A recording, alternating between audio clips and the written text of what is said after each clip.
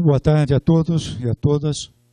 Eu tenho a satisfação de abrir a 17ª sessão do segundo ciclo de Simpósio Internacional Ciência, Tecnologia e Sociedade, este ano de 2003, discutindo a produção de conhecimento na universidade.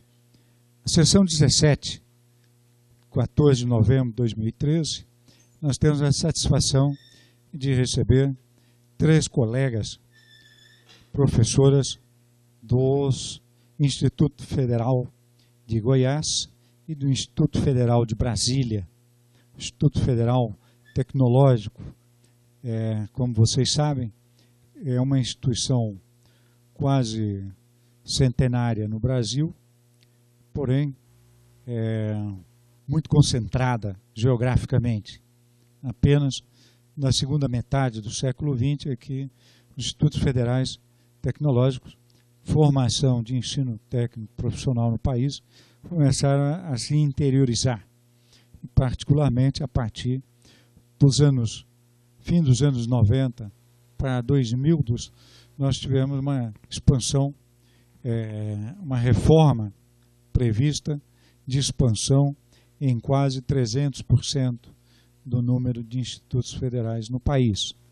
Então nós temos a satisfação de receber hoje para falar desse assunto que é extremamente importante do ponto de vista dos estudos sociais de ciência e tecnologia no país. Em primeiro lugar, porque a tradição do ensino técnico profissional no país sempre foi tributária das iniciativas empresariais. Os grandes empresários dos anos 30, 40, 50, sempre olharam com muito zelo o ensino técnico profissional através do Serviço Social de Indústria, do Serviço Nacional de Ensino, Aprendizagem Industrial, SENAI, e, obviamente, um zelo que se prestava a cumprir uma missão de atender a interesses da formação de mão de obra especializada no país. Nosso ex-presidente Lula foi um aluno do SENAI, de São Bernardo do Campo. Então, como Lula, centenas, milhares de exemplos de formação técnico-profissional da classe trabalhadora e operária, a nova classe da operária brasileira, nos mais diferentes segmentos produtivos e de serviços, vem se dando por essa via. Porém, ela é muito estreita, não dá conta nem de 10% da demanda real da população trabalhadora brasileira. Vale lembrar que apenas 7% de matrículas no ensino técnico, 7% apenas são alunos matriculados no ensino técnico em todo o sistema brasileiro. Em outros países, essa média oscila de 20%, 30%, e o caso extremo, que é a Alemanha, 60%. Então, para comentar sobre os desafios da década de 2010 dos Institutos Federais de Educação, Ciência e Tecnologia, nós temos a satisfação de receber a professora Edilza Rosa Silva,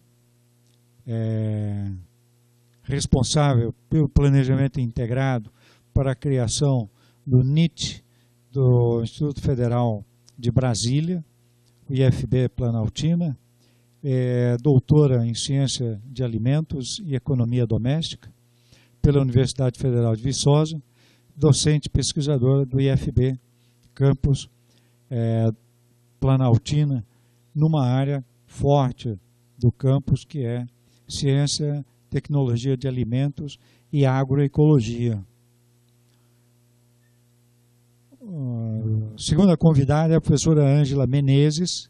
Temos doutora em ensino, pesquisa e extensão pela diretora de ensino, pesquisa e extensão do Instituto Federal de Brasília, campus Planaltina, coordenadora da pós-graduação do IFB, pedagoga, mestre em educação pela UNB e responsável pela coordenação pedagógica dos trabalhos do IFB. Finalmente, nós temos a satisfação também de receber a professora Gilda Guimarães, que é mestre em História, estou formada em História e mestre em Educação e doutoranda em Educação pela Universidade Federal de Goiás, atualmente no cargo de diretora executiva da reitoria do IFG, e com isso eu passo a palavra para as colegas. Bom, então hoje é a minha vez de estar aqui e falar sobre os Institutos Federais de Educação, Ciência e Tecnologia. Eu fui convidada, juntamente com as minhas companheiras, né, professora Gilda, professora Ângela Menezes, por conta de estarmos, né, num Instituto Federal, e já há algum tempo, na verdade, todas nós já há alguns anos já estamos ligados à educação profissional e tecnológica do Brasil, que remonta, né, de longos anos aí. Eu vou tratar um pouquinho dessa história. Na verdade, vamos contextualizar um pouquinho os institutos, a criação dos institutos federais, ok? Eu sei que temos vários aí companheiros que são de institutos também federais, e, por favor, né, fiquem à vontade para contribuir com as nossas colocações, ok? Por favor, o próximo. Bom, a ideia é falar dos institutos federais e também traçar, fazer algumas colocações sobre os desafios. A proposta dos institutos federais, vocês vão verificar que é muito boa, mas tem muitos desafios na implantação destas instituições. E a gente tem que verificar, nós temos que analisar, nós temos que pensar sobre isso. É importante colocar, assim, eu vim para o Instituto Federal de Brasília em 2010, né, através de transferência, mas eu já estou na educação profissional e tecnológica desde a década de 90.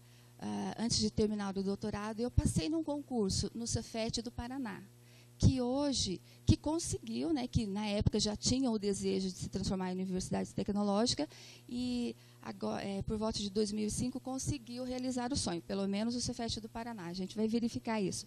Mas a visão que eu vou procurar passar muito rapidamente, né, passar a palavra para as minhas companheiras também, é de docente. Tá? Eu sou docente e pesquisadora.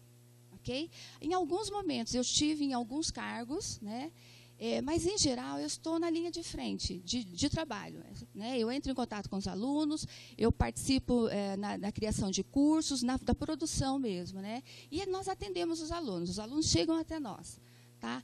A visão é um pouquinho diferente, né, de quem está, por exemplo, num cargo de gestão, que, na verdade, talvez tenha a oportunidade de ter uma visão mais macro, mais ampla. Mas, enfim, a gente vai colocar algumas coisas para vocês. Eu procurei, eu vi conversando com alguns, e mesmo em outros momentos, que alguns me perguntaram, mas o que é Instituto Federal? Né? Do que se trata o Instituto Federal? Eu não sei. O Distrito Federal tem um Instituto Federal? Assim, mas o que é? Então, a gente vai tratar um pouquinho sobre isso, ok? Então, os tópicos abordados: introdução, origem e evolução da educação profissional e tecnológica no Brasil, criação e implantação dos institutos federais, desafios atuais e futuros. Mas não vou aprofundar muito, porque, né, existe a possibilidade das nossas companheiras também contribuírem, e provavelmente muito mais que eu. Por favor.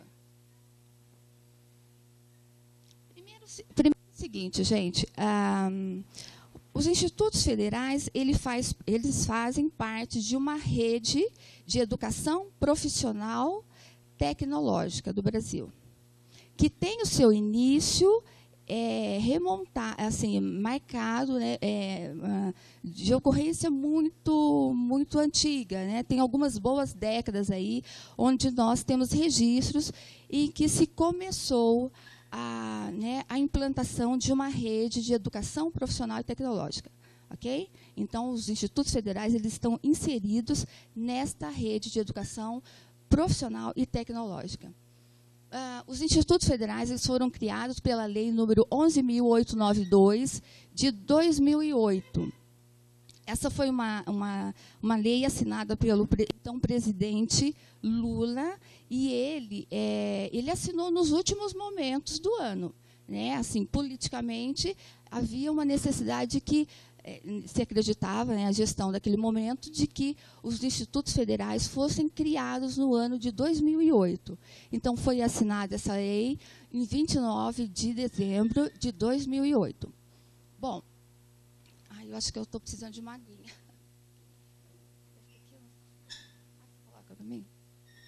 Bom, gente, basicamente, essa lei ela integra um conjunto de medidas normativas que visa a concretização do PDE. O PDE é o Plano de Desenvolvimento, né, da Educação, e todos já ouviram falar em algum momento. Obrigada.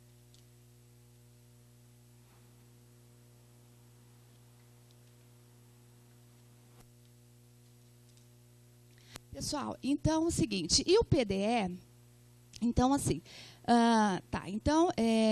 e o PDE constitui um dos mais importantes componentes educacionais do Plano de Aceleração do Crescimento. Essa situação, a gente tem que deixar bem claro. Então, assim, os institutos federais, eles poderíamos colocar nas entrelinhas que seria a menina dos olhos do Plano de Desenvolvimento da Educação.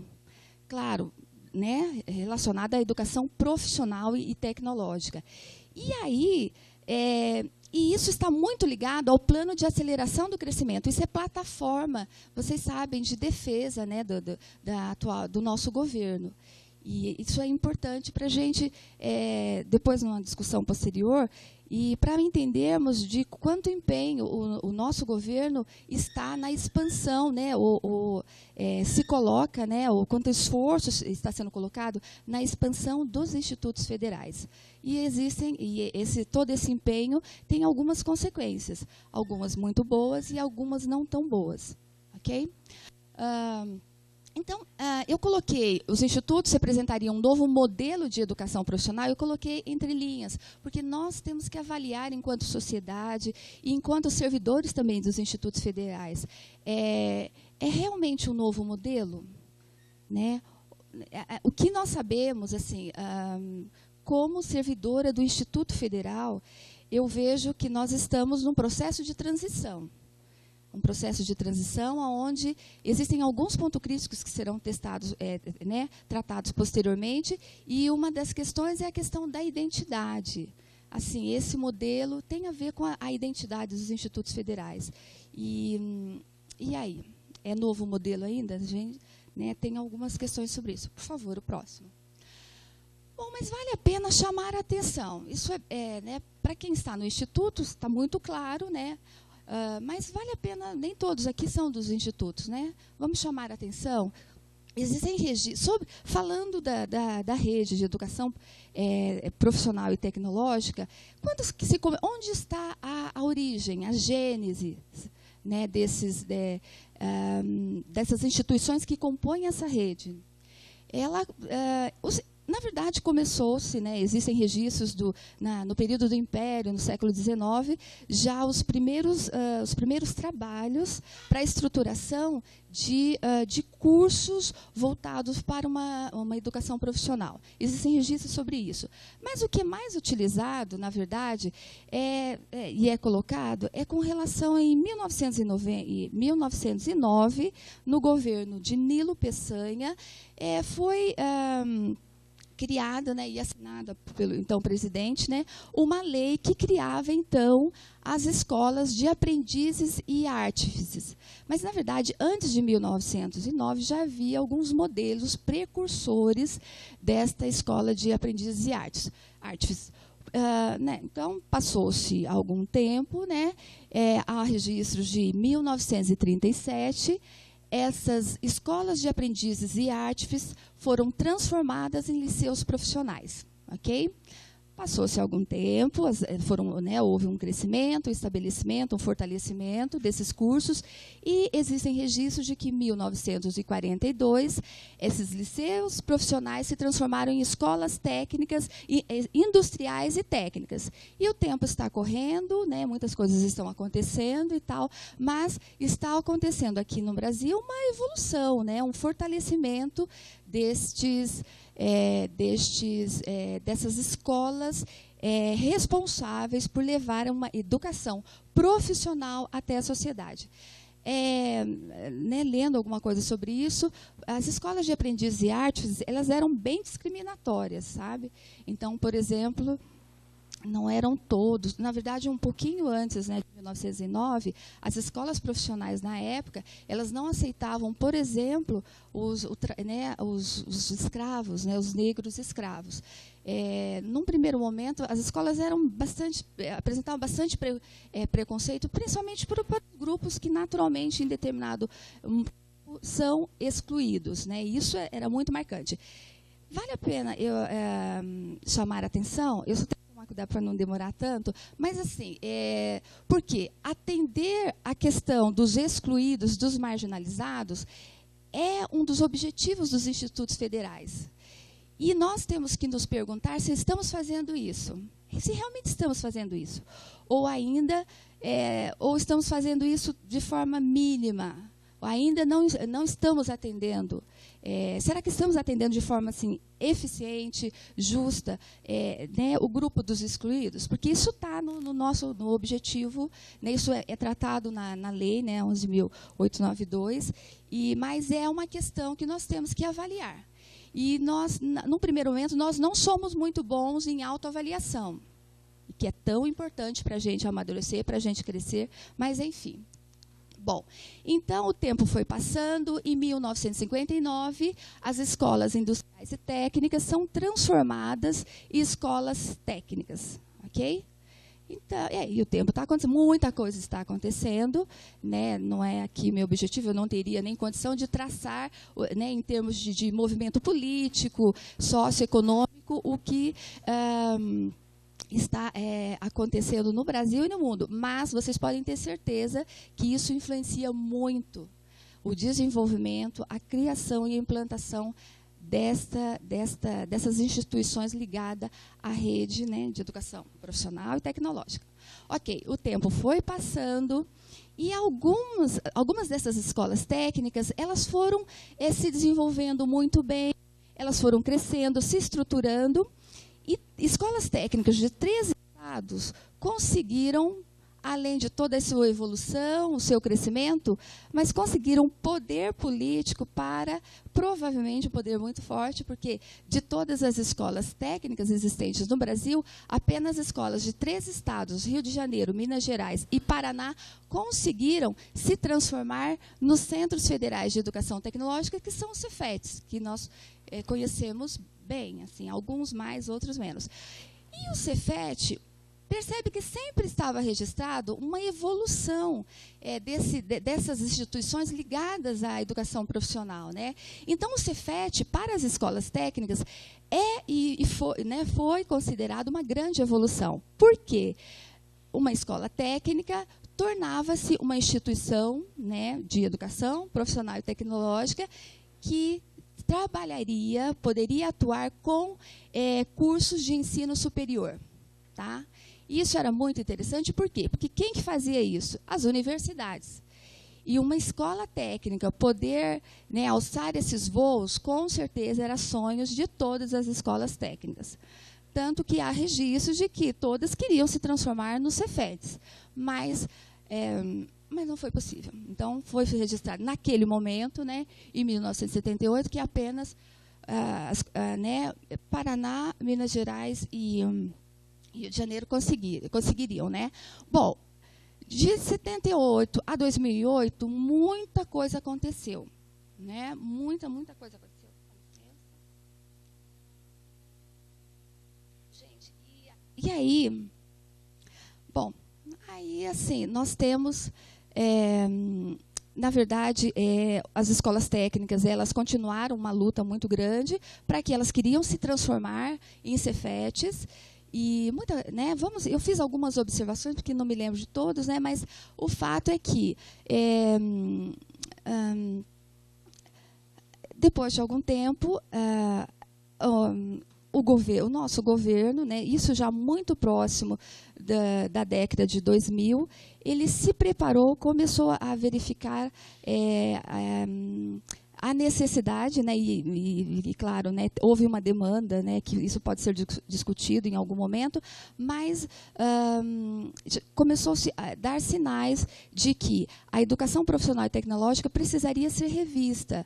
E essas escolas envolvidas com essa educação, elas estavam ficando muito parecidas ou se aproximando muito das universidades, do modelo das universidades. E escola técnica federal e tecnológica, ou uma instituição, né, uma instituição profissional que trabalha, né, com a educação profissional e tecnológica, é diferente, tem que ser diferente da universidade. E isso tem margem para bastante confusão nesse sentido. Por favor. Tá. Bom, entre aquele período de 78, criação dos primeiros Cefetes, até 2008. Tá, vale a pena chamar a atenção que em década de 90, já no final de 90, 98, e nesse interim muitas coisas foram acontecendo, algumas escolas técnicas conseguiram, principalmente com força política, por causa de força política, conseguiram se transformar em Cefetes. Tá? Mas existe um registro importante, que é sobre o governo federal, em 1998, ele publicou uma lei, a 9.649, né, uma formalidade estar aí, mas o fato é que essa lei ela proibia a criação de novas escolas técnicas. Tá? Então, expansão de escolas técnicas federais né, no final da década de 90 seria barrada. Outros tipos de escolas técnicas poderiam ser criadas, sim, mas não sob os cuidados do governo federal. Poderiam ser do governo estadual ou da iniciativa pública. Tá certo? E aí, neste período, é observado nos Cefetes que o governo federal ele começa a... já havia esse direcionamento há algum tempo atrás, mas as instituições já estavam sendo direcionadas para a oferta marcante de cursos superiores. A gente está falando dos Cefetes, né? E de curso de ensino médio regular. Isso é interessante porque o Cefet a origem é escola técnica. E escola técnica é curso nível técnico, né? Profissional, né? e tecnológico. Mas o fato, gente, é que na década de 90 existiam alguns cursos técnicos profissionais, sim, mas as instituições estavam sendo incentivadas a ofertar cursos de ensino médio regular. E esse curso tinha uma característica. Eu já estava no Cefet nesse período, e o que nós sabíamos, na cidade, lá no Paraná, era muito procurado. Assim, tinha vestibular para o aluno entrar no ensino médio. E esse ensino médio ele tinha o objetivo, e fazia isso, ele tinha o objetivo de fazer isso com muita competência, de preparar o aluno com excelência, para que ele fosse se tornasse um forte candidato para entrar nos cursos superiores, tanto nos Cefetes, que podem e que trabalham com cursos superiores, como nas universidades, as mais concorridas e tal. Então, assim, bom, né, se vocês veem que aí o caminho já estava se desvirtuando um pouco, né? Então,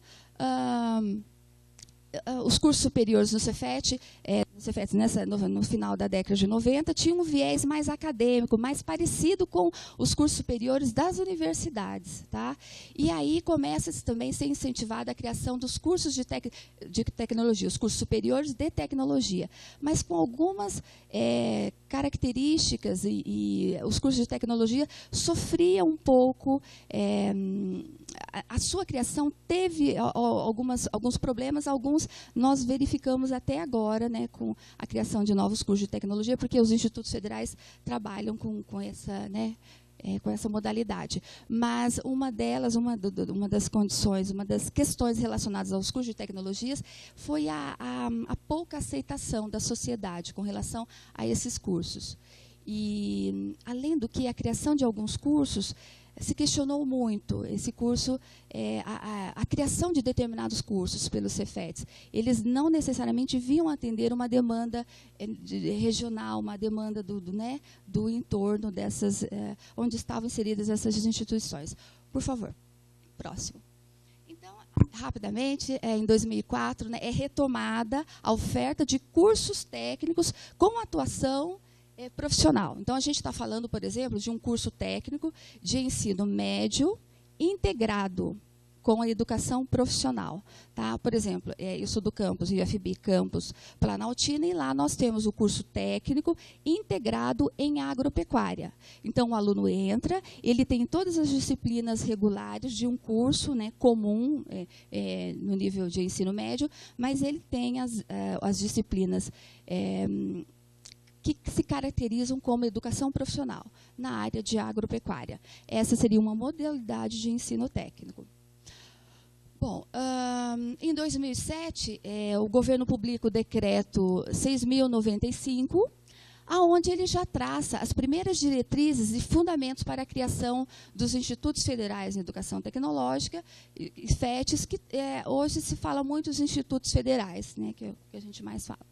Então, até o final de 2008, a Rede Federal de Educação Tecnológica Profissional, né, e Tecnológica, segundo os dados do MEC e do CETEC, contava com 36 escolas agrotécnicas, 33 Cefetes com suas 58 unidades de ensino descentralizados, 32 escolas vinculadas às universidades, escolas técnicas vinculadas à universidade, uma universidade tecnológica e uma escola técnica federal.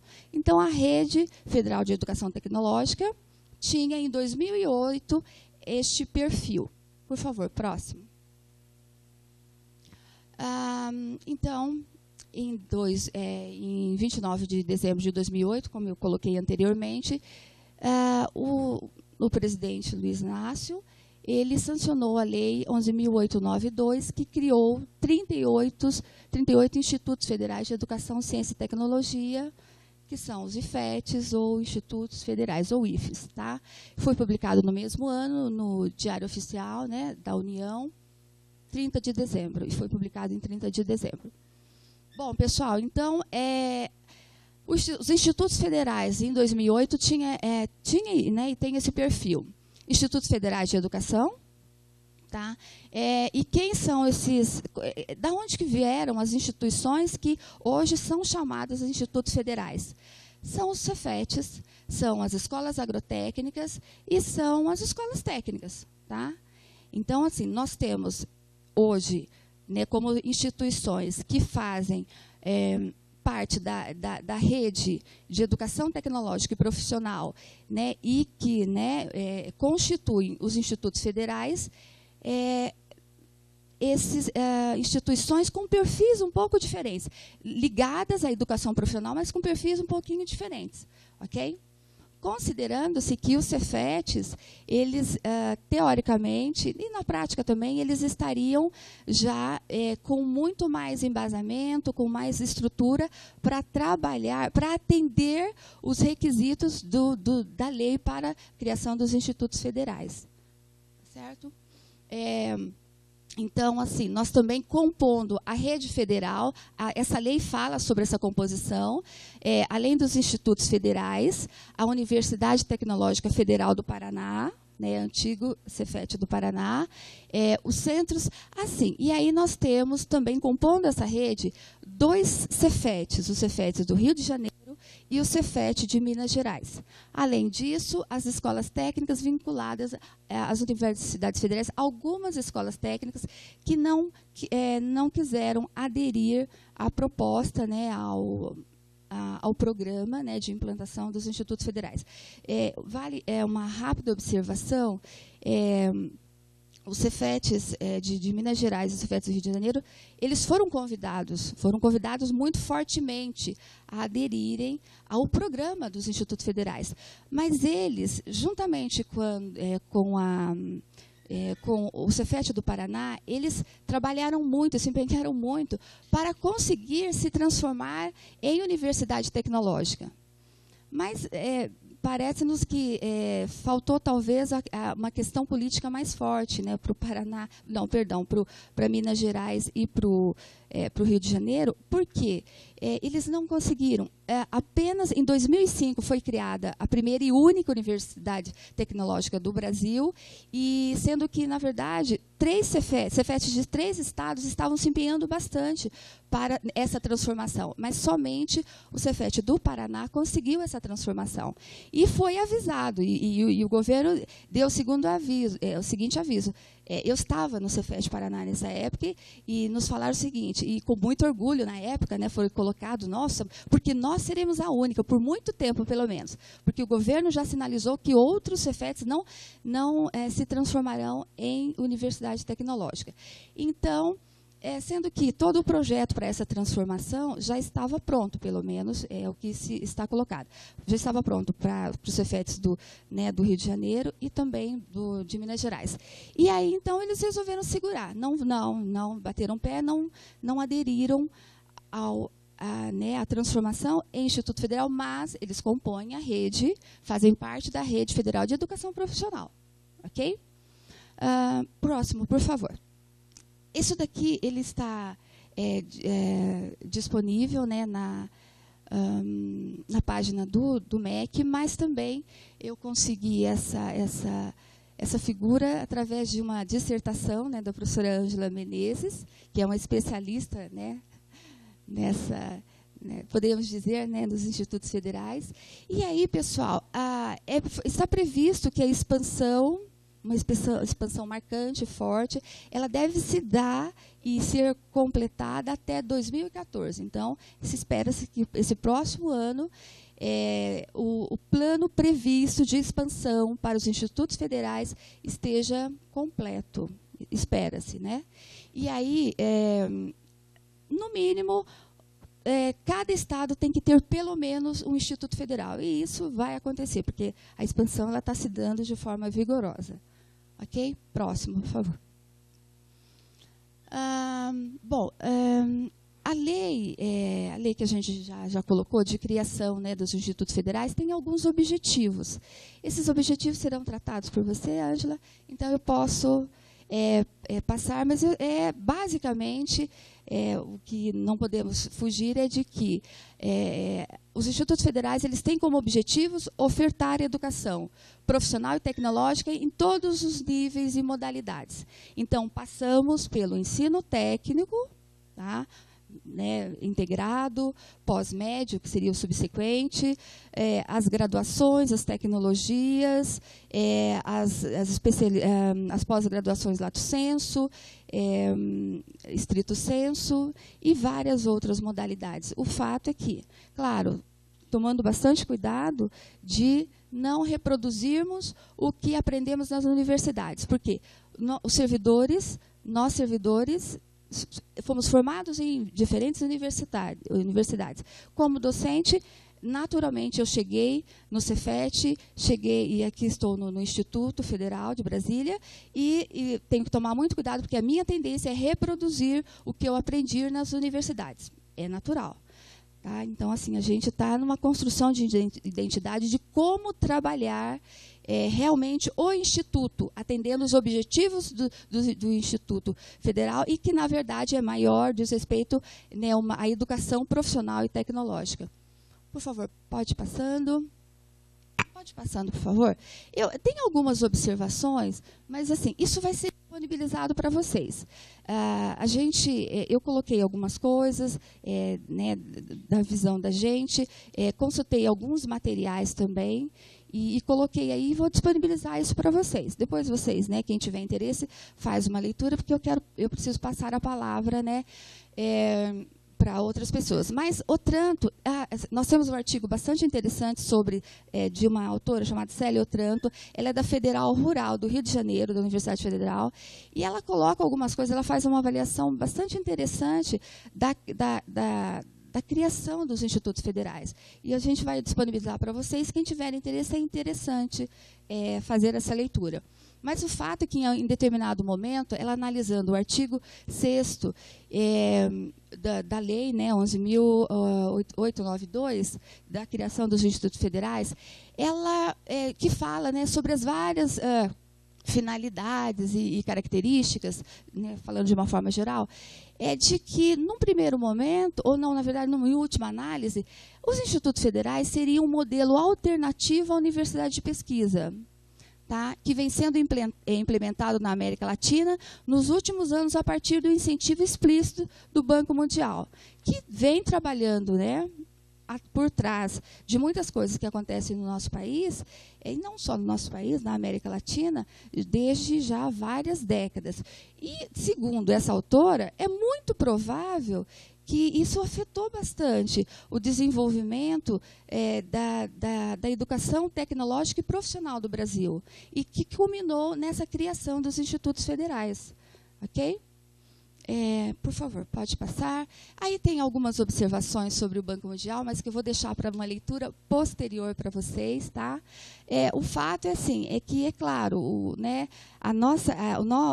nosso governo atual, ele quer fazer tudo direitinho, e ele quer conversar muito. Nós estamos num processo de globalização, enfim, não vou entrar nessa discussão, mas a gente sabe que o nosso governo gosta tem essa ideia de procurar fazer tudo direitinho, de conversar com as instituições que estão fora do nosso país.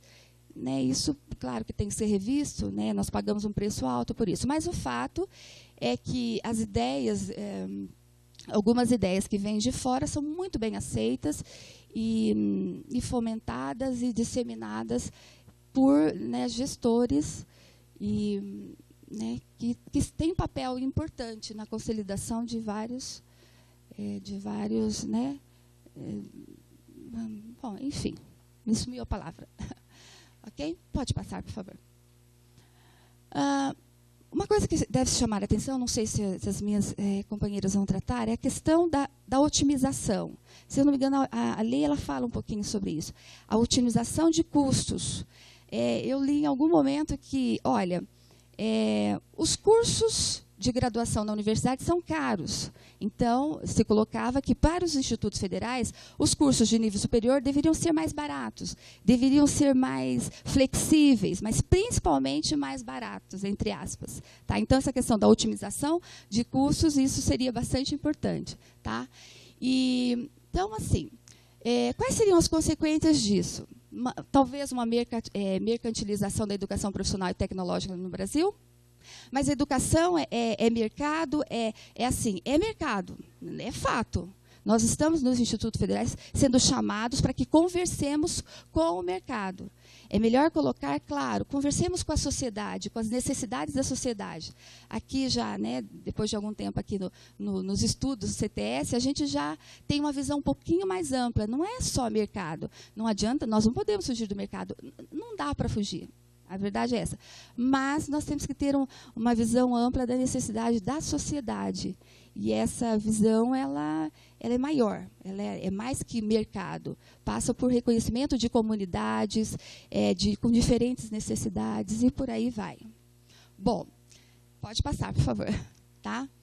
Então, é o seguinte, é fato, sobre os desafios atuais que as minhas companheiras também poderão tratar, é fato que os institutos federais, eles representam a expressão maior da atual política. Ok? Isso, a atual política pública, relacionada à educação, tem como marco maior os institutos federais. É a menina dos olhos do PDE, como a gente colocou em determinado momento, que, por sinal, está ali com o PAC, Então, assim, só que esses institutos federais, eles vieram com tudo e eles provocaram um impacto nas instituições que aderiram, que foram, algumas colocam em alguns estudos, que foram quase que obrigadas a fazer essa adesão. Tá? Não tiveram muita opção. Quem está de fora dos institutos federais já está entrando em contato com algumas dificuldades. Por exemplo, expansão dessas instituições. Olha, o modelo, o MEC já sinalizou, o nosso governo atual já sinalizou, o modelo para a expansão de educação tecnológica profissional deve ser o dos institutos federais. Outro, num primeiro momento, não interessaria. Tá? Então, algumas perguntas precisam ser feitas e refletidas. Tá? A questão da identidade é ponto crítico, né? Eu tenho, algum tempo atrás, eu achei interessante, vou colocar para vocês, um aluno meu do curso de agroecologia, a gente tem em Planaltina tecnologia em agroecologia. E um aluno meu chegou e falou o seguinte: professora, o IFB, que é o Instituto Federal de Brasília, ele é uma universidade? Tá, então ele não sabia o que o IFB é, né? Então, ele confunde com a universidade. E eu percebi também que, enfim, mas percebi outras coisas também, mas eu achei interessante essa pergunta. Então, assim, essa questão da identidade é algo que está em construção. E, na verdade, nós estamos no início dos caminhos. A gente tem muita coisa ainda para fazer, né? Porque não é fácil, é um caminho que realmente... Agora, e assim, essas instituições, por exemplo, os Cefetes, que se transformaram em institutos federais, como que está a identidade? Cefet e agora Instituto Federal. Vai haver uma briga com relação à identidade? A manutenção dessa identidade, ela pode comprometer a concepção do Instituto Federal? Porque o Instituto Federal, ele tem uma concepção diferente do Cefet. Algumas coisas, aliás, na lei, muitas demandas dos Cefetes da época foram atendidas na lei que criou os Institutos Federais, mas nem todas. Então, tem coisa diferente aí. Como é que se dá isso? Próximo, por favor.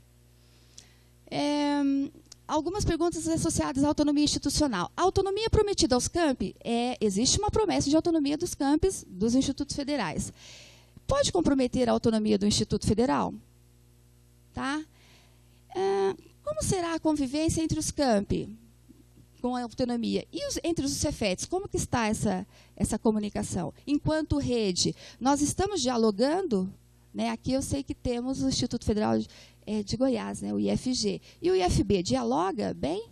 Assim, conversa? Está identificando, está fazendo uma autoavaliação? Está tentando encontrar assim, o que está sendo, acertando, o que não está, enfim. Como será? E os desafios da operacionalização das ideias dos institutos federais? Como que está essa operacionalização? Isso é ponto crítico. Pode ir passando. Bom, a implementação, essa operacionalização, na verdade, tem a ver com essas perguntas que eu coloquei aqui. Como está se dando a implementação do plano de expansão da rede? Como que está se dando? Tá? Como está se dando? Nós estamos de olho, a sociedade está participando? Tá? Os nossos servidores, docentes, técnicos, administrativos, discentes, está participando disso, está de olho, ok? Está atento. Os novos cursos são realmente o mais necessário àquela sociedade onde se insere o Instituto Federal. Realmente, os cursos que são criados, eles estão atendendo a demanda regional, local, que seja? Né? Está fazendo isso? Porque se está, nós temos uma questão crítica com relação à evasão de alunos a todos os institutos. Não só os institutos, né? Normalmente é a instituição de ensino, mas para a gente é crítico esse ponto. Então, assim, enfim. A criação de novos cursos está associada à ampliação do quadro de docentes e técnicos? Não sei, não. Tá? Um Deus nos acuda, na verdade. Não tem acompanhado, não, porque a gente tem visto. A gente dá conta? Dá. Né? Mas, ok? Ai, obrigada. 5 minutinhos. A estrutura física está adequada da instituição para o trabalho dos cursos e tal. E lembrando-se sempre, a gente está aqui muito focado na questão dos cursos, mas nós trabalhamos com pesquisa, nós trabalhamos com extensão. Tá? Então, estrutura estrutura de uma forma geral, estrutura de laboratório e outras estruturas necessárias para o desenvolvimento de pesquisa, seja ela uma pesquisa aplicada, seja ela uma pesquisa básica, embora tenha uma diferença, né, enfim, para os institutos federais, mas é uma coisa não é possível tratar agora, mas assim, isso tudo tem que ser avaliado. Os laboratórios estão equipados, inclusive para as aulas e pesquisas também. As promessas feitas para o projeto de expansão estão sendo cumpridas? Ok? Finalmente, a atual política tem condições de contribuir com a expansão de educação profissional brasileira realizada de forma justa e referenciada socialmente? Está sendo feito isso? ok? Ou está sendo feito mais ou menos? Porque a expansão está ocorrendo. O Instituto Federal está existindo, está sendo criado em todos os estados, né? E Distrito Federal, né?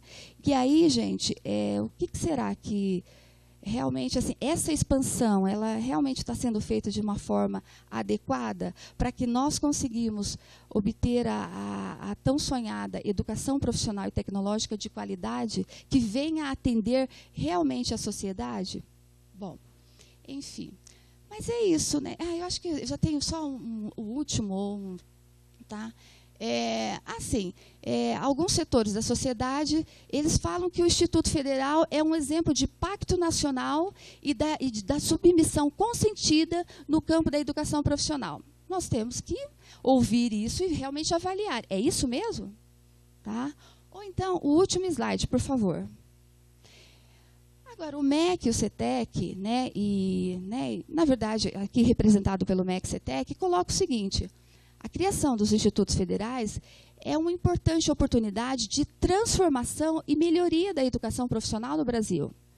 Que essa é a justificativa da criação desses institutos. Né, que, num primeiro momento, vem de escolas técnicas que queriam ser Cefetes e que, posteriormente, queriam ser universidades tecnológicas. Okay? Ao invés disso, foram chamados a ser institutos federais. Certo? E daí vale a pena chamar a atenção da importância, né, de que a sociedade, e mais que isso, os servidores que estão nesses institutos, alguns mais jovens, outros nem tanto, né? Mas como que está? Assim, nós estamos participando, nós estamos verificando, nós estamos cobrando, nós estamos atentos a todo esse processo né, relacionado à educação profissional e tecnológica? Nós temos que ficar de olho, né? O que a gente pode fazer de melhor? Nós temos que identificar o que não está bom. Okay? Os institutos estão aí, então a gente tem que, né, encará-los. Eu, de qualquer maneira, para mim, essa experiência de falar dos institutos foi muito boa, foi muito rica para mim, porque assim, eu sou microbiologista e eu confesso para vocês que algumas coisas me estão mais claras, eu estou mais atenta agora por conta de ser obrigada a falar para vocês sobre os institutos. Obrigada, viu, gente?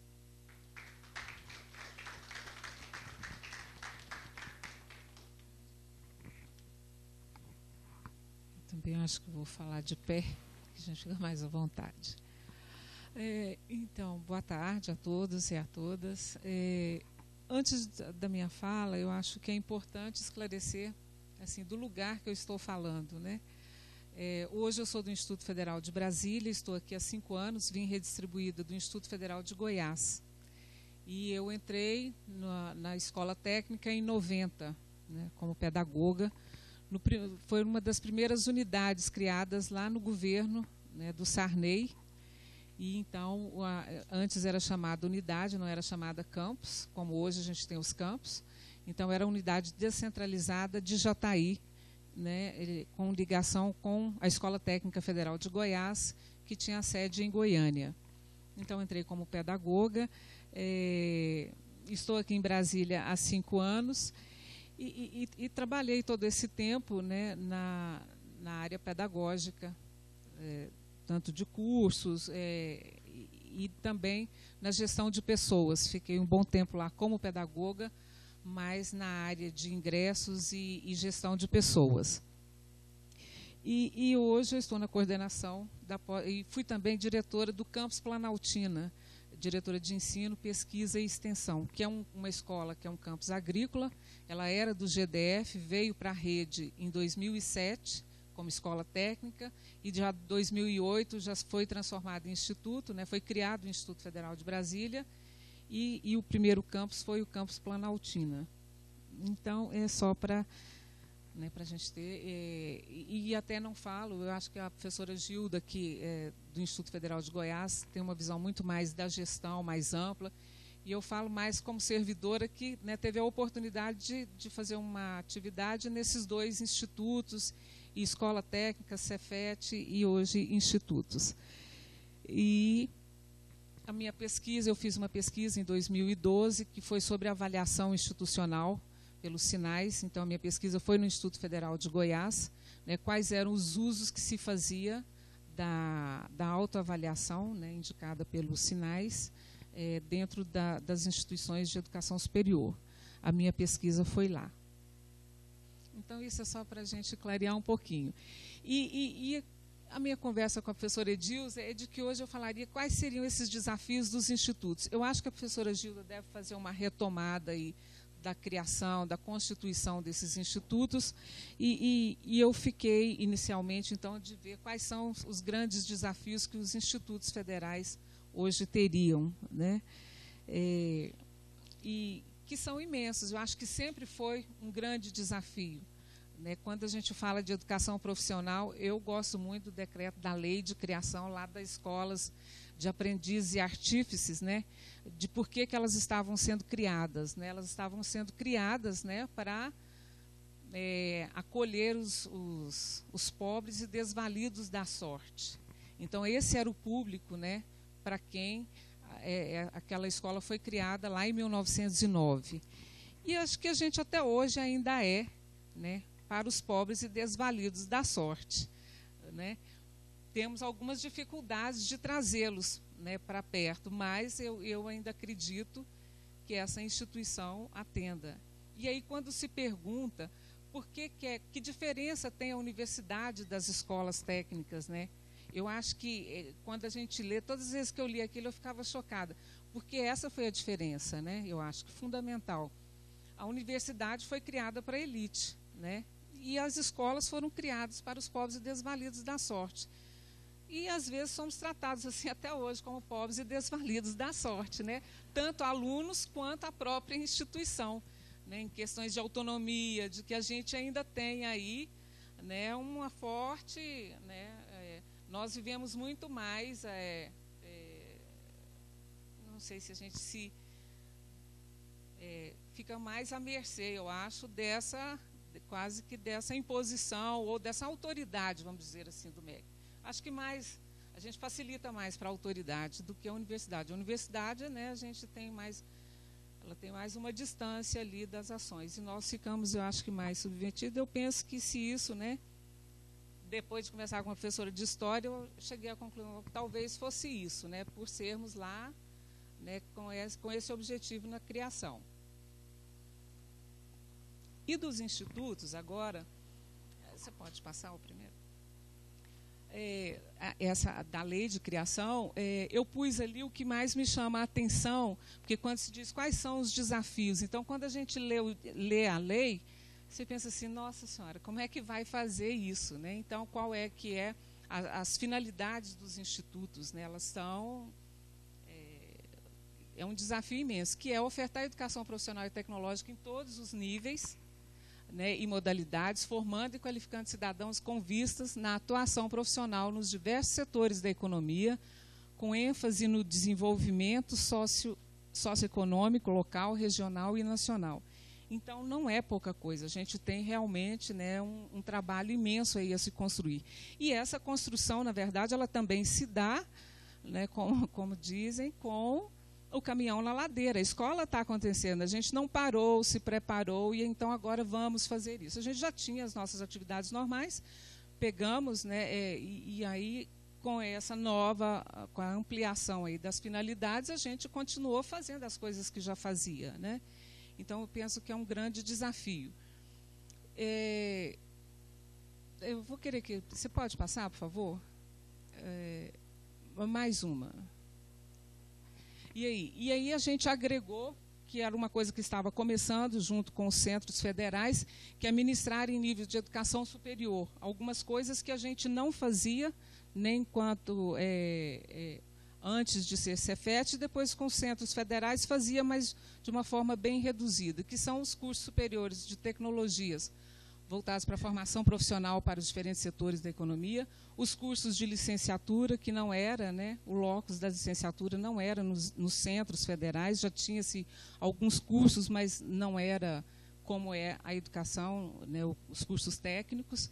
Então, também um grande desafio, bacharelado e engenharia, visando a formação de profissionais, dos diversos setores da economia, os cursos de pós-graduação lato sensu e aperfeiçoamento e especialização, visando a formação de especialistas nas diferentes áreas do conhecimento, e os cursos de pós-graduação estrito sensu, né, de mestrados e doutorados. E lá no artigo 8º também, aí a lei deixa bem claro como é que, né, isso vai ter que ser feito. Que a gente, então, para garantir, para que também não se passasse, né, de um extremo ao outro, deixasse de ofertar a educação técnica, ficou assegurado, então, que 50% das vagas ofertadas nos institutos sejam de ensino técnico, né, médio, técnico, integrado, não? Isso. Preferencialmente nos cursos integrados, então, cursos técnicos, e preferencialmente nos cursos integrados. 20% na licenciatura, e aí, né, depois, ficaria aí mais 30%, né, por definição de cada instituição, nas áreas que elas iriam atuar. Então, acho que nesse grande desafio, o desafio que, para mim, que mais me chama a atenção hoje nos institutos, de que a gente tem que fazer, é quanto às licenciaturas. Porque sempre, né, tenho olhado, e cada vez que a gente olha os números, a gente entende que esse desafio é muito grande. Então, como é que estão a oferta da questão das licenciaturas, né, nos institutos? Eu fiz um apanhado geral para depois chegar nos institutos. Você pode passar, por favor?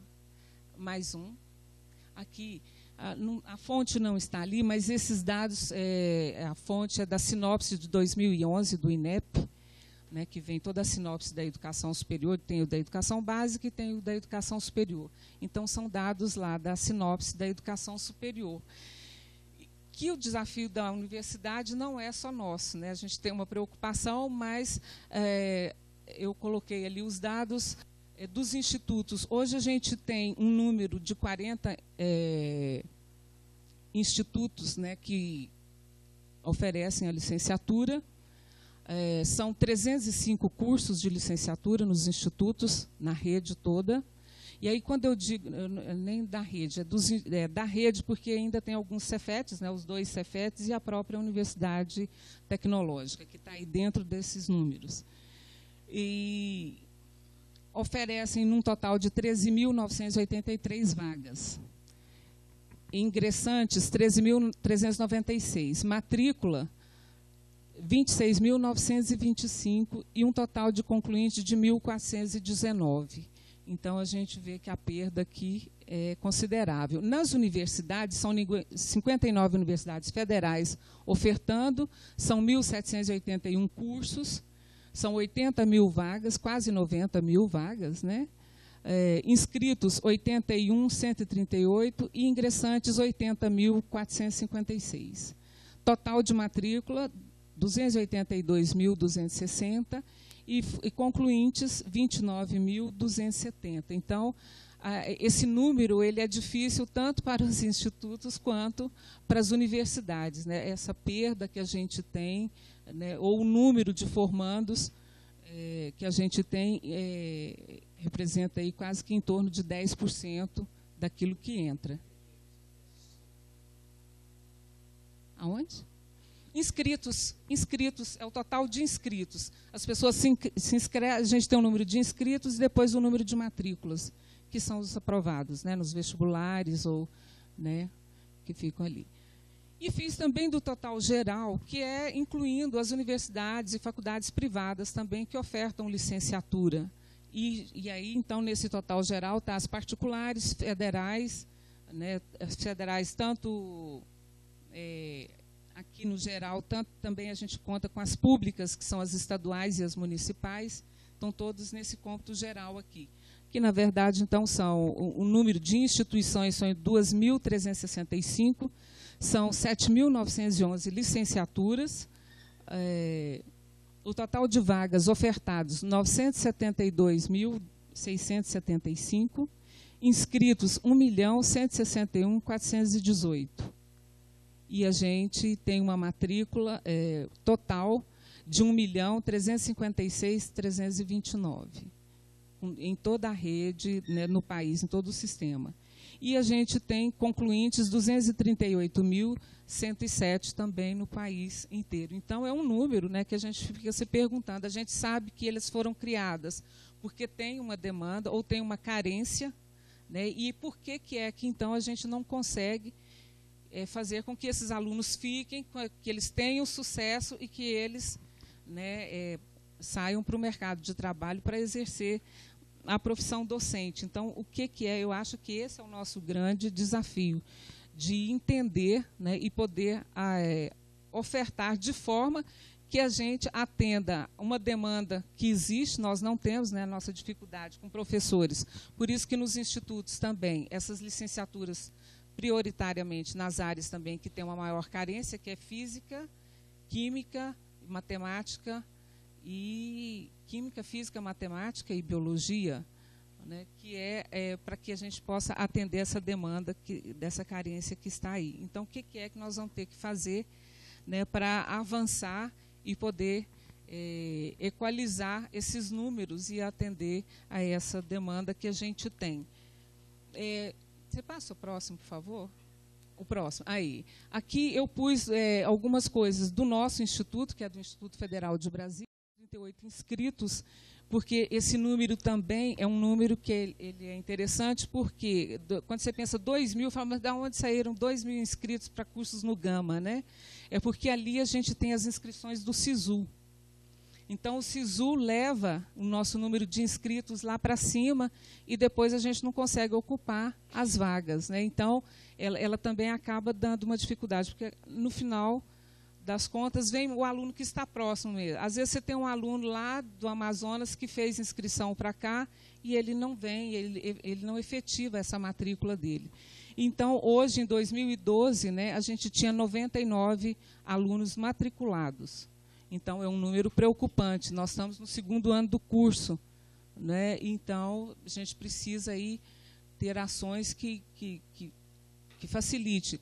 O de letras espanhol, nós ofertamos 40 vagas, nós tivemos 38 inscritos, eu já fiquei até na dúvida se a menina, quando me mandou esse dado, não se equivocou, né? Porque 38 inscritos e 38 matriculados. Então, o curso já sai com 2 vagas a menos na sua primeira turma. Então, também é uma coisa preocupante. E esse dado aqui do IFG, que eu tinha pego, era a professora que vinha tratar aqui de um evento que nós tivemos da licenciatura, e que falava da licenciatura, que ela participou da criação do curso da licenciatura em Física no campus Jataí, que foi um curso que foi criado em 2001, quando o IF Goiás ainda era Cefet, né, foi uma das primeiras licenciaturas.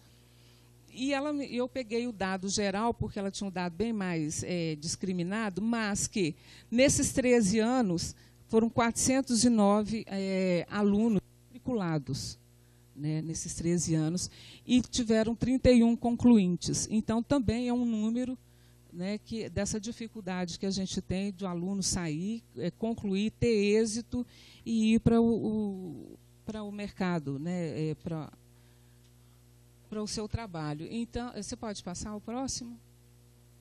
E aí, então, para a gente resolver, né, isso, em que é que a gente precisaria estar pensando? Porque, na verdade, não é só uma questão simplista de oferta, de ter a oferta dos cursos ou da instituição que está ofertando. Quer dizer, eu acho que as coisas são muito maiores, né? Então, por que é que as pessoas não querem fazer a licenciatura ou acabam não concluindo, né? Então, eu acho que é uma série de fatores que a gente precisa estar observando. Então, a indicação seria valorizar e viabilizar o fortalecimento do coletivo docente na elaboração e execução dos projetos, porque a gente, pelo menos aqui no Instituto Federal de Brasília, a gente tem essa dificuldade. Às vezes, os projetos dos cursos ficam restritos a grupos pequenos e acaba que nem todos os professores se envolvem na construção dos PPCs do curso, e isso acaba gerando uma dificuldade, né? Eu já, em algumas conversas com diretores, porque existe uma pressão para a criação das licenciaturas, nós somos obrigados a ofertar. Então, às vezes, o diretor diz o seguinte: se vocês não fizerem o PPC, eu vou sentar e fazer, e vou botar ele para o conselho aprovar. Quer dizer, já começa com um problema sério, né? Vencer esse isolamento, que em alguns lugares, né, em que nos institutos que teve os departamentos, isso também acaba criando uma dificuldade de isolamento, às vezes, de alguns departamentos em relação à estrutura organizacional da instituição como um todo.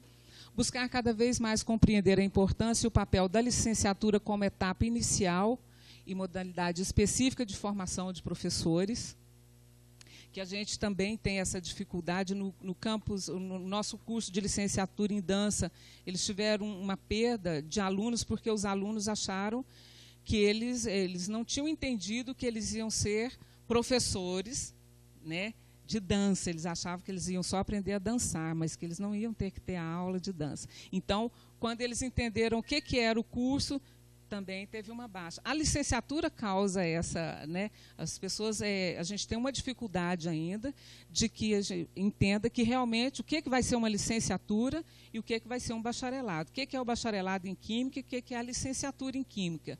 E aí existe uma confusão, tanto da gente que oferta na hora de construir esse projeto, quanto dos alunos quando vêm para fazer, né, esse curso. Buscar organizar buscar cada vez compreender a importância, sim, vencer a evasão e o julgamento nos cursos, né? E esse é um desafio tanto para a licenciatura como para alguns outros cursos técnicos nossos. E estabelecer diálogos mais concretos com a realidade educacional em que o estudante vai atuar, buscando minimizar impactos que levem à desistência da profissão. E lutar pela constituição de um estatuto e valorização da profissão docente, de modo a atrair jovens gerações para a carreira, que essa é uma outra dificuldade que a gente também percebe, que a gente precisa ver que não é só com boas escolas, com bons projetos que isso vai se dar, né? A pessoa que entra para a profissão, ela precisa entender que ela vai ter uma boa perspectiva e que é uma carreira promissora, valorizada e que atende, né, aos seus anseios.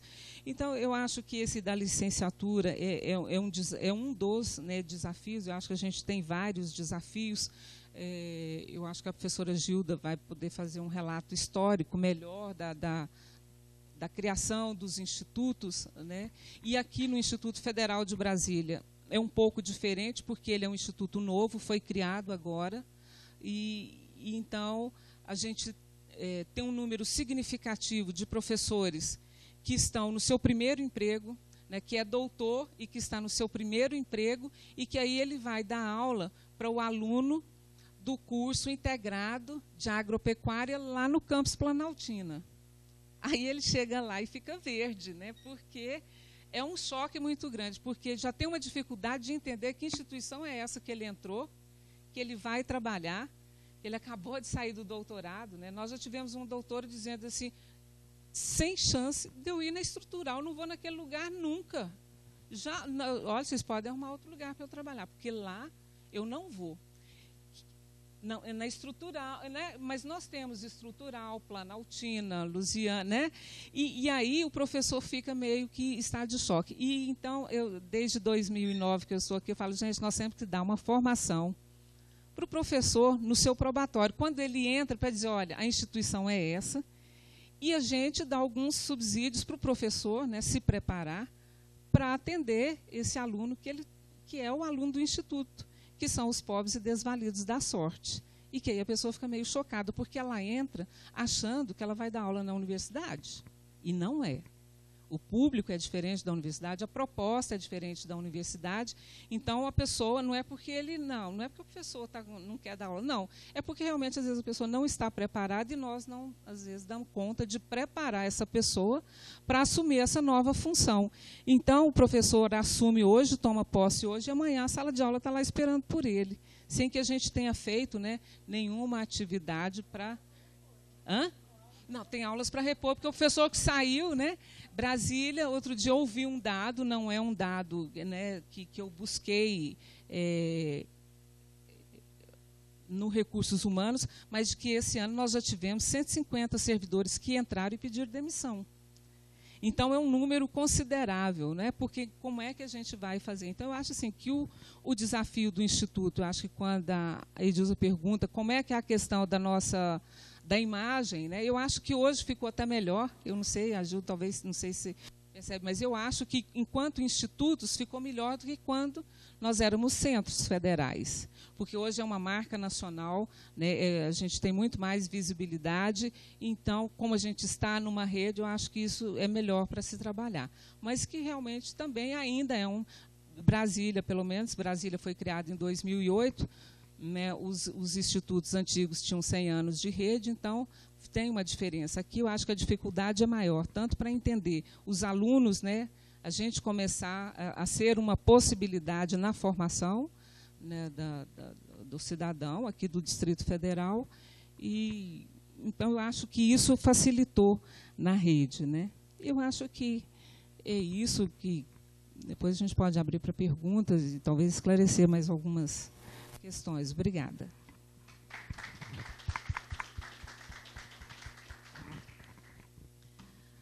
Boa tarde, gente. Eu vou pedir licença para falar assim, sentada mesmo. Bom, primeiramente eu gostaria de agradecer o convite que nos foi feito, né, inicialmente pelo professor Dirceu, do nosso campus de Lusiânia, e posteriormente pelo professor Néder. Acho que é uma oportunidade para a instituição dialogar com uma universidade, e uma universidade tão próxima, né, aqui da nossa instituição, do ponto de vista geográfico e do ponto de vista social, já que nós temos, e acadêmico, porque nós temos muitos professores nossos que estão aqui na UNB fazendo a sua pós-graduação em estrito sensu. Então, a gente acaba sempre meio que acompanhando o cotidiano e os eventos e as realizações aqui na UNB. Gostaria de registrar que esse tipo de evento é um evento extremamente importante para a formação do espírito universitário, vamos chamar assim, né, que é do debate, que é da reflexão, que é da produção acadêmica e é do estudo. Parabenizar vocês pelo fôlego, porque vocês estão nesse evento aí de discussões, né, praticamente semanais, desde do mês de agosto, né, e ainda temos mais 3 pela frente, que vai até o dia 12 de dezembro.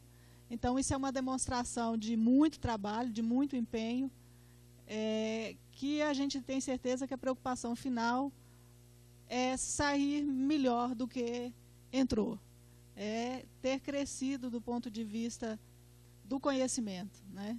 E ter crescido coletivamente, socializando o debate com os pesquisadores, mas também com as instituições envolvidas. Então, eu acho que é de muita relevância o trabalho que vocês estão fazendo. Gostaria de ter podido contribuir mais, ter participado mais. Quando o Dirceu nos fez esse convite, havia até uma possibilidade, né, de acompanhamento de algumas das ações, mas no meio disso culminou com uma mudança da minha situação funcional dentro da própria reitoria e também pessoal, porque eu acabei ingressando no curso de doutorado agora também no mês de agosto. E aí ficou realmente comprometido. Peço desculpas por não ter podido trazer aqui hoje um material que pudesse estar contribuindo para a formatação do resultado final das ações que estão sendo desenvolvidas ao longo desse período.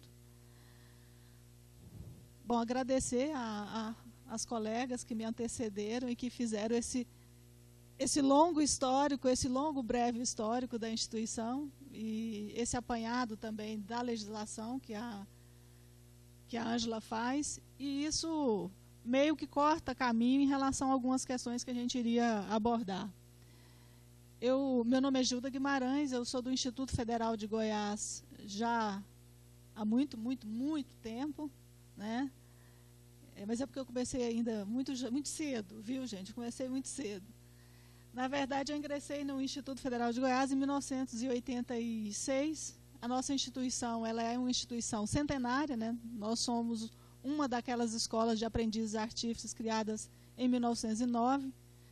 É uma instituição que carrega uma força do trabalho que foi feito ao longo desses anos e carrega também todas as contradições que o processo educativo brasileiro arrastou nesses 100 anos. Então, é uma escola, é uma instituição hoje de educação superior, com forte intervenção na educação básica, com a oferta da maior parte das suas vagas no ensino técnico, né? Mais de 60% das nossas vagas estão no ensino técnico, e desses 60%, mais de 50% está no modelo integrado ao ensino médio. Então, o aluno faz não só o curso de formação profissional, mas ele integraliza e conclui a sua educação básica de nível médio. Esse é o modelo hoje da nossa instituição. Então, é uma instituição que carrega todo esse peso, né, dessa trajetória que a educação brasileira viveu nesses 100 anos e todas as contradições que esse processo encerra. E que não é um processo que envolve somente a instituição escolar. Envolve a sociedade como um todo e os desafios que são colocados para cada fase de desenvolvimento histórico da sociedade brasileira como um todo. Então, eu acho que o primeiro registro que a gente gostaria de estar fazendo é esse. Eu sou professora da área de Ciências Humanas, eu ingressei na instituição para dar aula de História nos cursos técnicos integrados ao ensino médio e, posteriormente, no mestrado em Educação, trabalhei também no ensino superior. Então, desde final de 90, que a gente vem também trabalhando com a educação superior. Inicialmente nos cursos de tecnologia e, por último, também nos cursos de licenciatura, né? Estive na gestão da instituição desde 2007, na condição de diretora de desenvolvimento de ensino, posteriormente como pró-reitora de ensino, e a partir de setembro desse ano, né, pouco mais de 2 meses, na condição de diretora executiva da reitoria. Fui também coordenadora de Ciências Humanas. Enfim, é uma trajetória que sempre foi permeada de uma presença muito grande dentro da instituição, seja no trabalho em sala de aula, seja na orientação de TCC, seja nas atividades de gestão. Eu nunca tinha trabalhado tanto tempo assim em outro lugar, senão nem estaria aqui, né? Então, para a gente é muito difícil, às vezes, se distanciar da própria experiência que a gente construiu e carregou ao longo desses 30 anos. Principalmente quando, dentro da minha formação de pós-graduação no curso de mestrado, o meu objeto de pesquisa foi o processo de transformação das escolas técnicas em centros federais de educação tecnológica. Mas a gente vai fazer um esforço de se distanciar um pouco desse contexto, até para fazer um contraponto com algumas ideias que foram trazidas aqui pela Edilza, né, a partir dos textos aí que ela trouxe, dos autores que ela trouxe. E aí eu vou para o meu primeiro slide, e único, que eu só vou ficar nele. E aí o texto foi recortado do nosso Plano de Desenvolvimento Institucional, o PDI 2012-2016. Esse texto é resultado de um trabalho de discussões que foram feitas em todos os campos do IFG, com a constituição de plenárias em cada campus, e depois esse texto foi finalizado após a realização de um congresso institucional para debater o PDI. Então, aí ele contextualiza as escolas de aprendizes artífices na sua função, né, uma função social voltada para a formação de jovens e adultos desvalidos da sorte, que é assim que está no texto do decreto que cria as instituições, contextualizado dentro de uma ordem escravista recentemente extinta, porque as instituições são de 1909, e o objetivo era proporcionar profissões em algumas áreas como ofícios, né? Como ofícios. E a preocupação era o quê? Principalmente, conter as condutas socialmente reprováveis, a mendicância e a malandragem. Então, um pouco parecido com o Chaplin nos tempos modernos, né? Em que você vê a tentativa o tempo todo de evitar a desordem urbana e retirar das ruas a malandragem e a vadiagem. um contexto completamente distinto, porque o Chaplin está vivendo o processo, né, de industrialização, o Fordismo, enfim, um outro contexto, mas resguardadas as devidas proporções, a preocupação é tirar a marginalidade das ruas, evitar que esses menores viessem a compor um elemento de desordem pública num momento já de passagem, né, de uma sociedade muito agrária, tradicional, para a constituição de pequenos nichos urbanos e já o processo aí de passagem do Império para a República. E a gente, querendo ou não, a República traz, o próprio termo traz, e trazia muito mais, né, nesse contexto, a ideia mesmo de uma sociedade mais urbana, mais democrática, e o indivíduo olhado como pessoa. E aí a própria preocupação de trazer essas pessoas para dentro de uma escola ainda é uma forma de reconhecimento, né, de que elas existem. Bom, eu acho que esse slide fica aí até o final, porque ele espelha, e aí o texto está no original, não fiz nenhum retoque para melhorar a redação, nem nada disso, né? E aí os ofícios na época eram os ofícios de carpintaria, de tecelão, de sapateiro, coisas que eram próprias mesmo da ferreiro, né, que eram próprias dessa vida urbana na época. Mas eu acho que o texto fica aí porque ele traz esse elemento constituinte das instituições de educação profissional no Brasil, no contexto do acolhimento do Estado, do olhar do Estado para a questão social e para a questão da formação e qualificação do trabalho. Então, ele fica aí, porque isso vai percorrer toda a trajetória das instituições e vai ser muito nessa perspectiva da contradição, que é o que, inclusive, é o foco do simpósio, né, de perceber as mediações e as contradições que a gente vai vivenciar a história da educação profissional. Se a gente começa dessa forma, o contexto histórico, ele caminha também na direção da expansão urbana, caminha na direção do desenvolvimento da indústria, da mecanização da agricultura, com um impacto enorme na expulsão do homem do campo. A década de 40, 50 e 60 vai pressionar enormemente tanto o processo de crescimento dos centros urbanos, quanto as mudanças nas relações de trabalho no meio rural e também nas relações de propriedade. Então, o Estatuto da Terra e todos esses componentes vai fazer com que essas cidades elas tendem a crescer e se avolumar em termos de problemas sociais e em termos também de demandas econômicas.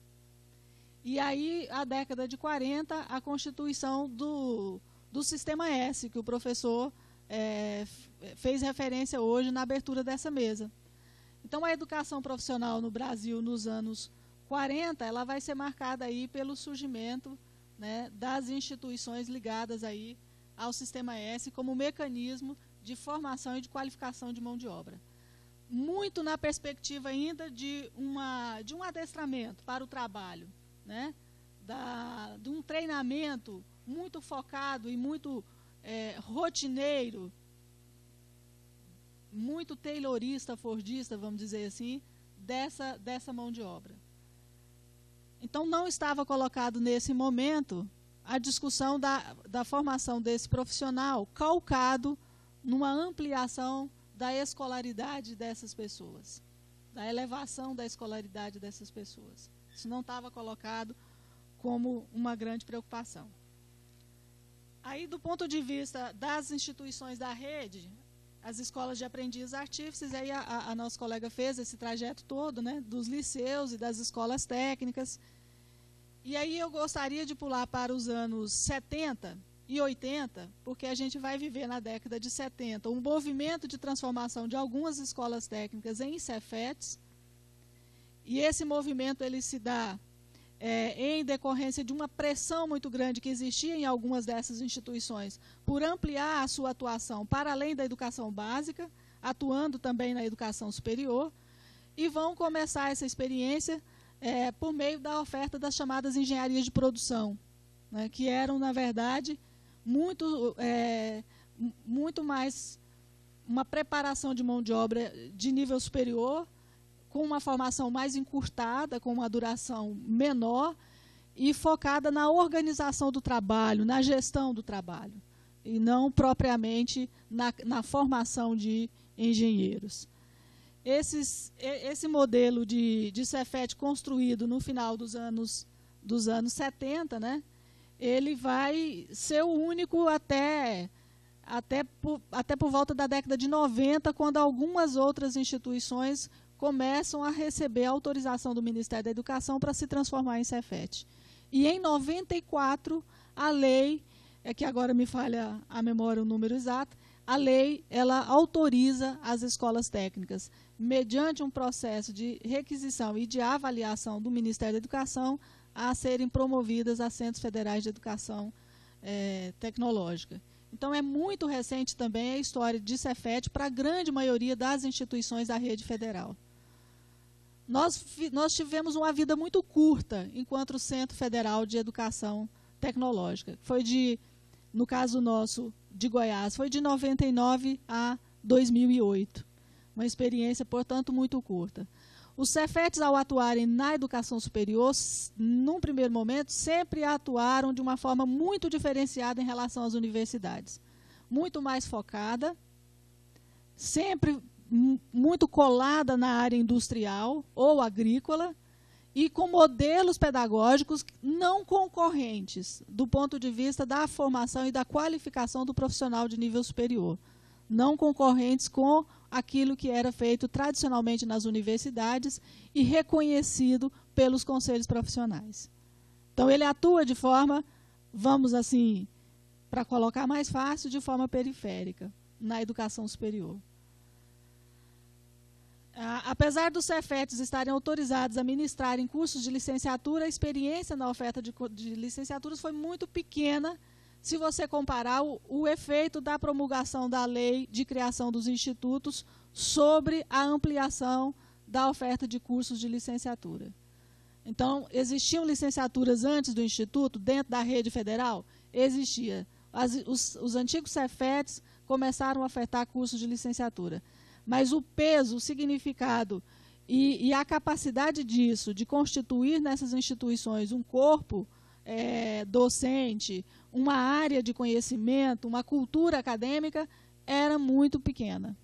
Isso só vai se dar efetivamente agora, né, há muito pouco tempo, que é da lei de criação dos institutos para cá. Só para vocês terem uma ideia, nós tínhamos uma licenciatura no campus Jataí, que foi criada em 2004, mas isso estava longe de representar a constituição de um corpo de trabalho voltado para a formação de professores no antigo Cefet de Goiás. Isso só vai se dar a partir de 2008. Na década de 90, a gente está vivendo na sociedade como um todo um processo que vem desde os anos 70, né, com o que os teóricos têm chamado de revolução técnico-científica, informacional, e que ecoou de uma forma muito mais expressiva nos países desenvolvidos, mas que bate de forma ressonante, né, também aqui no Brasil, nos anos 80, e que vai ser muito melhor definida já nos anos 90. Então, os anos 90, que foi a década de criação do nosso Cefet em Goiás, no final dos anos 90, né? Os anos 90 para nós foram anos de muito enfrentamento. Os anos 90 para nós foi o ano da reforma da educação profissional, antecedendo essa reforma, que é de 97, inúmeros projetos de privatização da rede federal, e que vinha inclusive de organismos internacionais, como recomendação, uma vez que o nosso ensino técnico de nível médio era caro, e, segundo os interlocutores do Banco Mundial, do Banco Interamericano de Desenvolvimento, além de ser caro, formava para quem não queria ir para o mercado de trabalho como técnico. Queria, na verdade, era ir para as universidades. Então, na leitura desses organismos internacionais e do próprio Ministério da Educação, à época, havia um desvio, né, no papel dessas instituições, desses Cefetes e dessas escolas técnicas, que ao proporcionar uma educação profissional integrada ao ensino médio, elevava o custo aluno do ensino médio e, ao mesmo tempo, não respondia ao atendimento de uma demanda, de uma suposta demanda de mercado de trabalho para técnico de nível médio, porque os nossos alunos iam fazer depois outros cursos de nível superior. Então, a década de 90 para nós foi uma década de muitos enfrentamentos que questionava, inclusive, o futuro dessa instituição e o futuro da rede de educação profissional. Foi uma década em que a gente viveu uma contenção enorme de recursos materiais e humanos. Acho que as universidades também viveu essa trajetória, a ausência de reposição dos seus quadros de servidores, as dificuldades com a adequação, atualização, reforma e ampliação da infraestrutura, as dificuldades enormes para a aquisição de equipamentos, ao ponto de praticamente, em 97, a rede inteira aderir à reforma da educação profissional por meio do PROEP, que, em troca de muito pouca coisa do ponto de vista financeiro, acabou indo de roldão uma série de políticas institucionais. Bom, se tivéssemos resistido, na história não existe isso, mas vamos fazer um exercício. Se tivéssemos resistido e ninguém tivesse entrado no PROEP, e todo mundo batesse o pé, e depois ninguém aderisse também ao projeto da expansão, nós poderíamos estar numa situação diferente da que nós estamos, né? Aí esse exercício, que vale tanto para os institutos quanto para as universidades, é uma coisa muito complicada, né, de se fazer. O fato é que existe uma política educacional em curso, do final dos anos 80, início dos anos 90, que caracteriza, inclusive, um processo de transição conservadora da ditadura militar para o regime democrático, que caracteriza também um momento de transição de um modelo de acumulação do capital em âmbito externo e interno, que impacta no modelo de estruturação de Estado, que ficou conhecido, né, como o chamado neoliberalismo, e que vem permeando tudo isso também uma série de mudanças na organização dos processos produtivos e do trabalho em geral, inclusive nas instituições públicas de educação, e que tem efeito imenso sobre tudo, inclusive sobre a forma da gente organizar a nossa ação e o nosso trabalho e o nosso pensamento, né? E isso eu acho que é a grande questão. Para onde as políticas estão levando as instituições, para onde as instituições estão conduzindo essas políticas no seu interior, dentro dos espaços de contradição que toda e qualquer ação, inclusive as políticas públicas, elas encerram, elas concentram.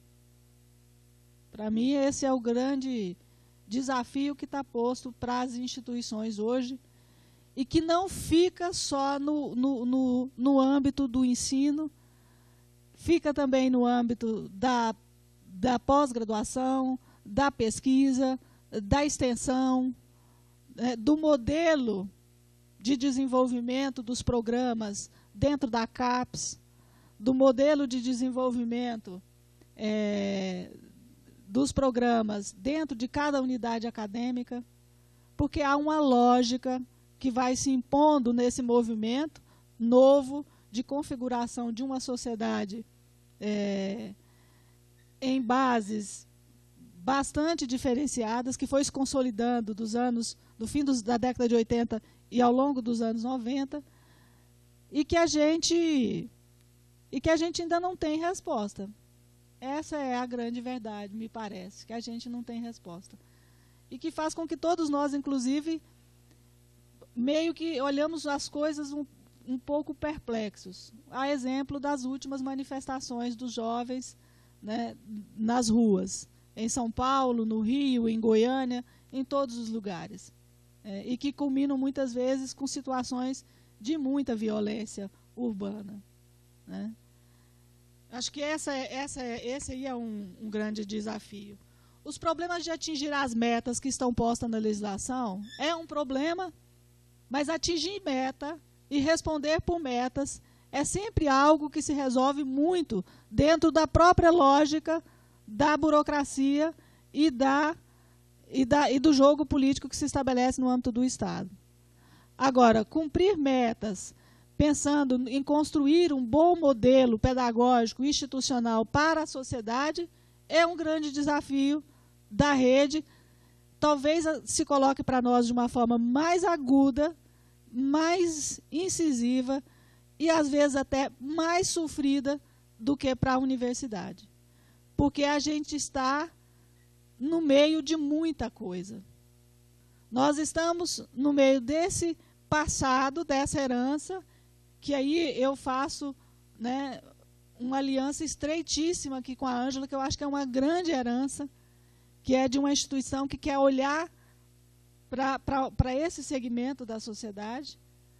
Agora, isso impõe a gente também uma outra questão, que é qual é o modelo de educação e qual é a concepção de trabalho que eu vou construir dentro de uma proposta pedagógica que atenda efetivamente às necessidades e às possibilidades desse segmento desvalido e da sorte. Uma das coisas que mais me impactou quando eu entrei na antiga Escola Técnica Federal era o quanto eu trabalhava com a disciplina de História e, em alguns momentos, com a disciplina de Sociologia, que a gente ministrava, chamando de Sociologia, buscando os autores da Sociologia, mas no currículo mesmo ela nem podia aparecer desse jeito, porque a Sociologia nem existia no currículo. Mas aí o que a gente via lá com os meninos? Uma forte concepção, arraigada na mentalidade e na disciplina, que era a formação, a ideia de trabalho, não do ponto de vista de quem é o trabalhador, mas de quem é o gerente, de quem é o dono, de quem é o empresário. Aí a gente percebia isso e percebia que a escola também operava muito dentro dessa lógica. E, ao fazer isso, ela também reproduzia essa lógica. E ainda existia a tal das disciplinas disciplinadoras, que eram chamadas organização e normas, e umas outras disciplinas voltadas para educar o trabalhador dentro do mundo do trabalho. Vocês tiveram essa disciplina também? OSPB tinha, né? A gente tinha essas disciplinas e mais a organização e normas, que tratava lá dentro de como é que você se organiza dentro do trabalho, se disciplina dentro do trabalho.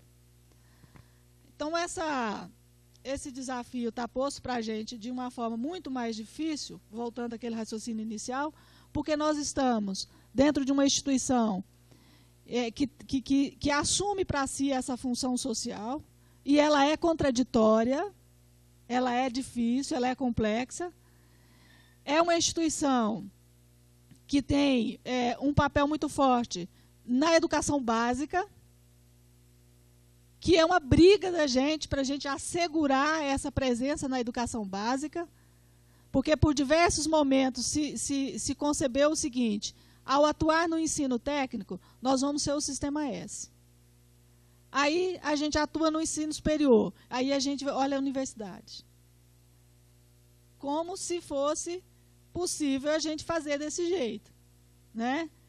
Mas a defesa de separar o ensino médio do ensino técnico, que triunfou na reforma da educação de 97 e que só foi revogada, inclusive o seu caráter proibitivo, né, em 2004, ela ainda perpassa muitas das práticas, das políticas e dos modelos de ofertas dos institutos, que é, o aluno vem, faz aqui só a parte técnica, e aí ele faz em uma instituição da rede pública estadual, ou mesmo da rede privada, em escolas conveniadas, né, colégio militar, enfim, uma gama, e faz aqui somente a formação técnica. Então, essa ideia de atuar no ensino técnico, dentro do modelo Sistema S, e atuar no ensino superior, dentro do modelo da universidade, estando dentro de um instituto, é de virar de ponta cabeça o pobre do sujeito que chega lá, né? Então, não dá para a gente trabalhar dessa forma. A defesa que o Instituto Federal de Goiás tem feito, e em vários outros institutos no Brasil todo, é o fortalecimento da educação profissional técnica de nível médio integrada ao ensino médio. Porque aí você finca um pé na educação básica. Você finca um pé na caracterização de uma instituição escolar, de educação, né, que atua nos níveis da educação básica e superior. Superar esse desafio e essa contradição é uma coisa rotineira e cotidiana. Um outro grande desafio para nós tem sido a interiorização, que a Ângela muito bem exemplificou, do doutor que chega e fala assim, o que é isso? Você quer que eu vá dar aula para a educação de jovens e adultos lá na estrutural? Eu, doutor. Então, essa questão é um desafio para os institutos. Atuar com a educação de jovens e adultos é uma diferença, é um diferencial que hoje se coloca para o Instituto como desafio, porque requer um esforço pedagógico diferenciado. São cursos técnicos, integrados ao ensino médio, mas construídos dentro de um modelo pedagógico diferenciado. E que requer uma formação também diferenciada, uma sensibilidade desenvolvida de forma diferenciada. Porque esse negócio de não ter sensibilidade, não, é uma sensibilidade desenvolvida de forma diferenciada, que a gente precisa para atuar na educação de jovens e adultos. Tanto para ensinar quanto para aprender. Porque eles trazem muita coisa e nos colocam em xeque em muita coisa. O desafio de atuar na educação superior dentro de uma lógica própria é muito grande. Não dá para desconhecer que, ao atuar na licenciatura, nós estamos atuando dentro de uma instituição muito diferenciada em relação aos papéis que cumpre, em relação aos compromissos e responsabilidades que assume, em relação à universidade. E aí tem tudo isso que a Ângela colocou, né? A gente ainda não é tão respeitado quanto as universidades. E talvez nunca sejamos. Talvez nunca sejamos. Né? Enquanto instituição que tem esse perfil diferenciado. Mas nunca é muito forte. Né? Tá bom. Né? Por muitos e muitos anos não seremos. Né? Não pode ser nunca. Mas é uma lógica diferenciada. É uma estrutura diferenciada. E é uma relação de poder diferenciada da universidade em relação aos institutos. E talvez nem o Paraná, dando a ele próprio o nome de universidade tecnológica, ainda também não se ressinta dessa diferença em relação à condição das demais universidades. No modo, né? Você que veio de lá, né? Ainda se ressente. Então, os nossos desafios são muitos. Os nossos desafios em relação à concepção de ciência, em relação à concepção de tecnologia, em relação à presença da tecnologia e da técnica na funcionalidade da sociedade, no convívio social, na rotina das pessoas. Isso é um desafio hoje para as universidades, lidar com a formação do jovem, que entra cada vez mais cedo na universidade. É um desafio para a universidade quando ela recebe mestrandos e doutorandos cada vez mais distantes de uma experiência concreta de trabalho. Às vezes, tem até alguma experiência, porque foi bolsista da iniciação científica, porque foi depois bolsista na época do mestrado, e aí participava das reuniões de congregação, etc, etc. Mas lidar com essa questão da tecnologia, da concepção de ciência, dos níveis de compromisso que a ciência e a tecnologia deve ter com o desenvolvimento social, com o desenvolvimento da própria ciência e da tecnologia, numa perspectiva mais emancipatória, mais sustentável do ponto de vista ambiental e do ponto de vista social, é um desafio. A gente assiste inúmeras vezes os nossos próprios deslizes, e aí não é só da gente que mal está tateando o fazer acadêmico, mas é inclusive de pessoas muito maduras, né? Que numa certa altura do debate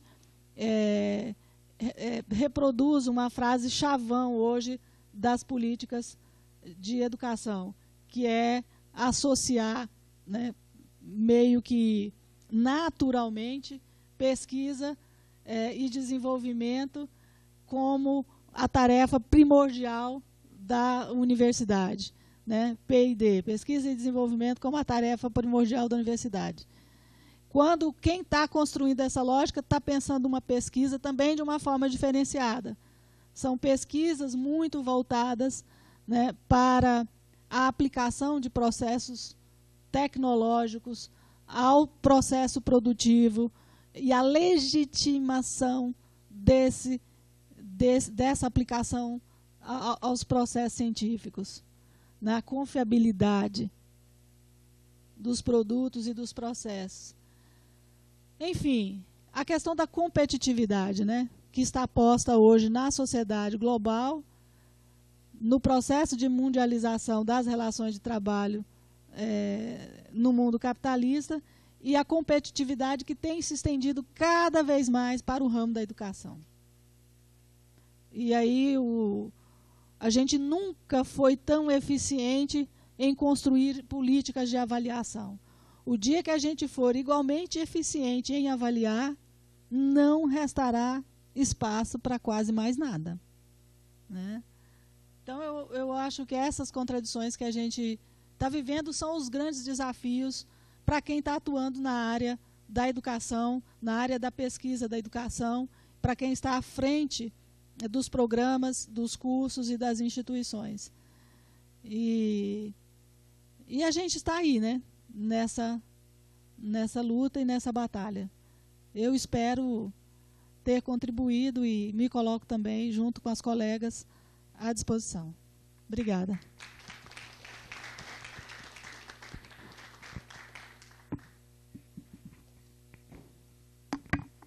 Bom, quero agradecer imensamente, adorei a mesa e o debate. Hoje nós vamos poder aprofundar vários pontos importantíssimos que os colegas colocaram.